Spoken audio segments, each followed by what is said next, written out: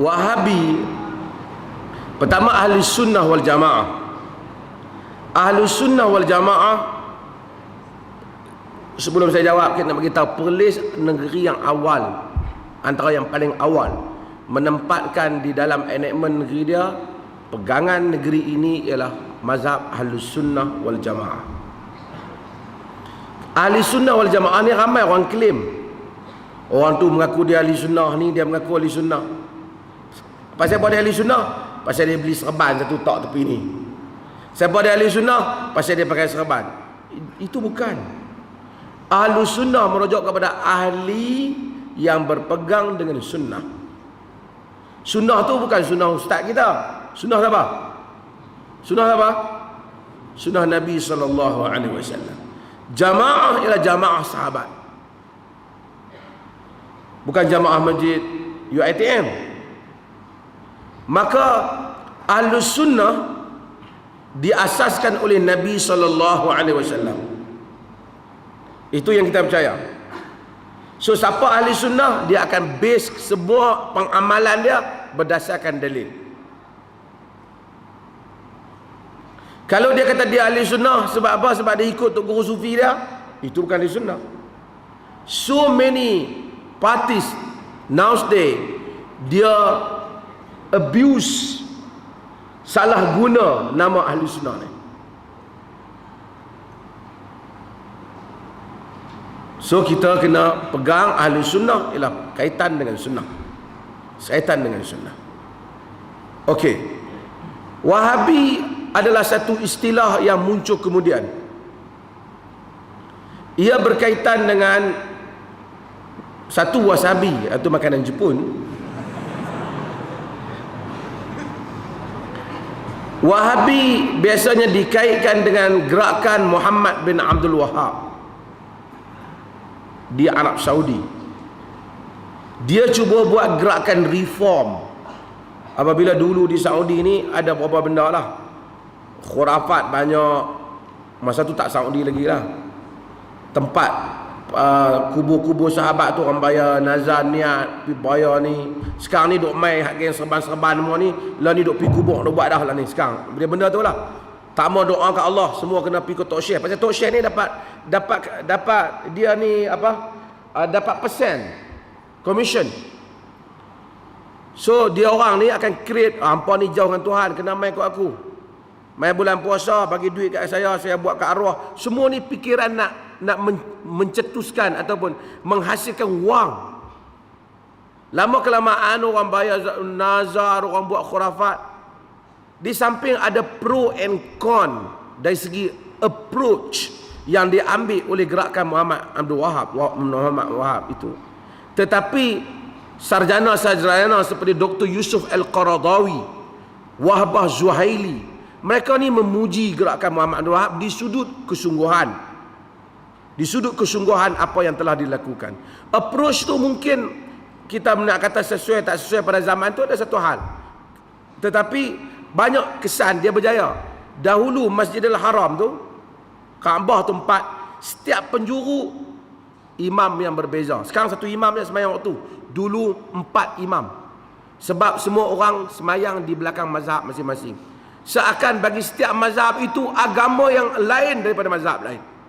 Salah satu jasa Muhammad bin Abdul Wahab, hilangkan semua itu, ganti dengan satu imam saja. Kalau tidak lagi teruk perpecahan orang Islam. So mungkin kita boleh agree dan tak agree dengan sebahagian pandangan dia, tetapi dia ada contribution yang besar.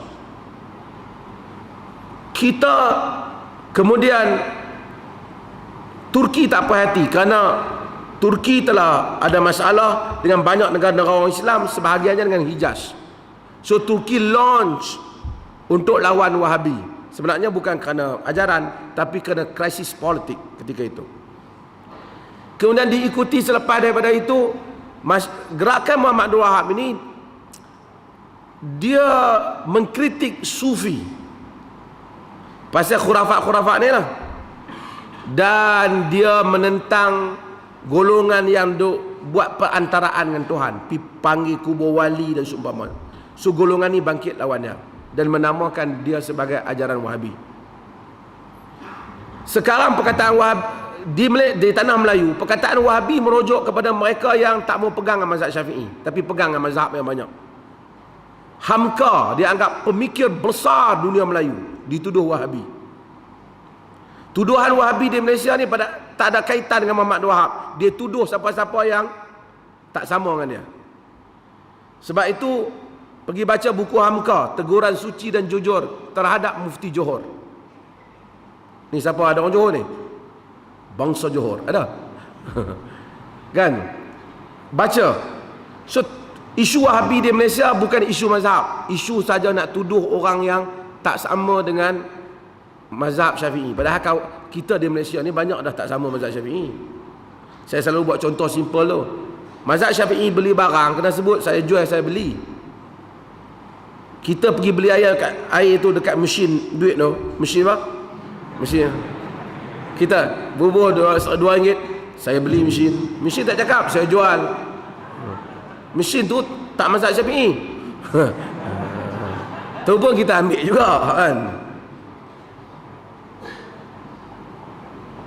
Saya nak ceritanya, lalu dia accuse, dia orang tuduh orang yang mana tak sama dengan dia sebagai golongan agama, termasuk di Indonesia, isu yang sama.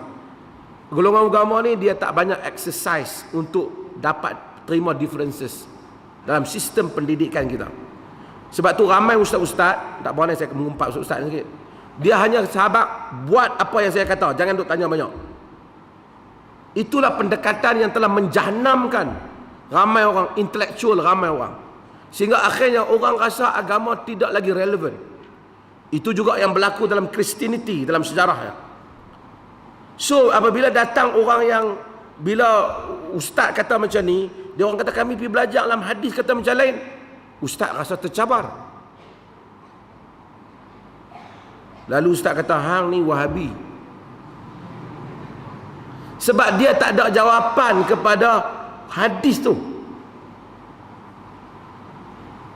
Sedangkan pandangan-pandangan yang dibangkitkan dalam, sebut apa saja pandangan, siapa sebut, saya akan beritahu pandangan ni duduk dalam mazhab apa.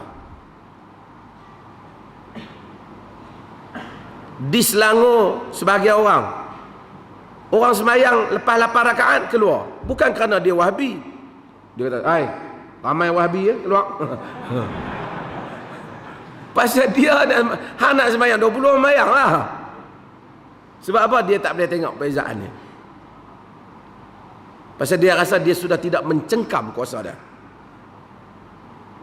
So maka tengok kebelakangan ni, apabila mari sebahagian golongan agama yang cuba nak dominan, dan dia rasa orang mula argue, hak ustaz buat ni adalah hadis ke? Wahabi. Bila dia nak kutip duit orang di Penang, siapa orang Penang? Nabi sembahyang tak minta duit, mazhab Syafi'i pun tak minta duit. Tapi bila sembahyang jenazah, tak ada duit, tak boleh sembahyang jenazah di sebahagian negeri. Kena bulan sampul. Apabila ada orang komplain, apa ni untuk minta duit orang sembahyang, siapa yang tak bagi orang ambil duit? Wahabi. Padahal Imam Syafi'i tak terlibat dengan semua benda-benda macam tu. Sebab apa? Sebab ini adalah orang kata simple, tak tahu nak kata. Orang Melayu dulu bomoh. Orang sakit barah pergi kat bomoh, bomoh tengok layak, yang ni hantu pelesit ni.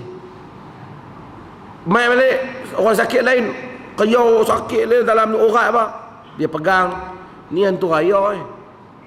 Sebab dia tak ada semua ilmu saintifik ni.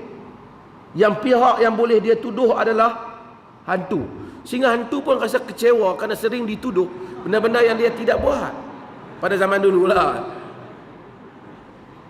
Samalah juga dengan isu Wahabi ni. Apa saja yang orang bagi pandangan berbeza, dia tak tahu nak jawab, dia kata Wahabi. Golongan intelektual tak boleh macam ni. You nak kata, you bagi bukti. You claim you ahli sunnah, you prove ini adalah hadis. Otherwise, everybody can claim so many things. ISIS claim dia jihad. Macam-macam. So, bukti. Jangan musnahkan bukti. Dan jangan tangkap orang yang bagi bukti. Okey.